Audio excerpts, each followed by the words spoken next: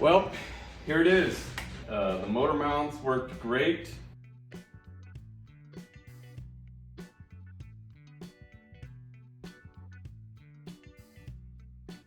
The motor went right on. I do have a little bit of tight fit here that I may have to do some trimming, and we'll see about that once we get the belt on and get it running again. This motor has already, it ran on a carb for a while, and once my sniper gear came in, we ran it on the sniper, broke it in, and so it's been running a good deal, and it sounded great. I've got some other videos on the YouTube channel for that, but everything seems to fit. And what the holdup was, I would have had it in a little bit earlier, but I wanted to go ahead and put new metal on the firewall.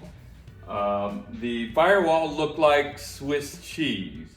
The bottom part over on both sides that were near the transmission tunnel, someone on the farm had taken a torch to it and just kind of hacked it out. I didn't know what they were trying to clear there. Big holes, way bigger than a transmission would take. So anyway, I wanted to clean that up and give it the motor a nice engine bay. My intent is to make the engine bay pretty clean and new and resto modish, even though it is a small block Chevy. By the way, it is a small block Chevy, 350, 4-bolt main.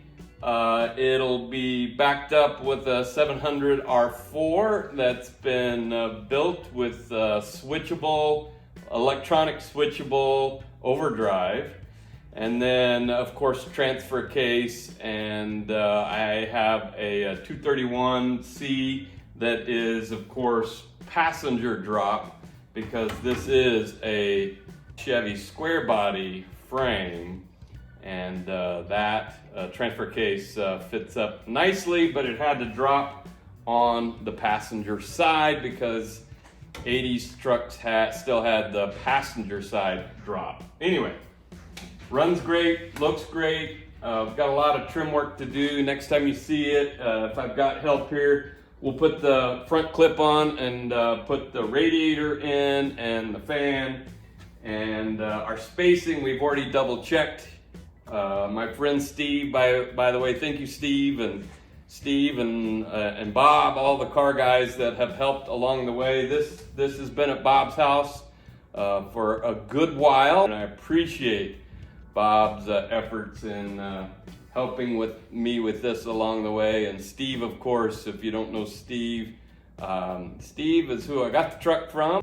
Steve has a Willys wagon, so I've been able to take measurements all along the way on the context of how far the motor needed to set back, as well as what this distance was. Once you see the nose on here, you'll see that it's very limited on how that can set up and how much space you're going to get for the radiator and as well the cooling fan, and it will have AC as well. So that was another fitment piece that we worked out in the nose.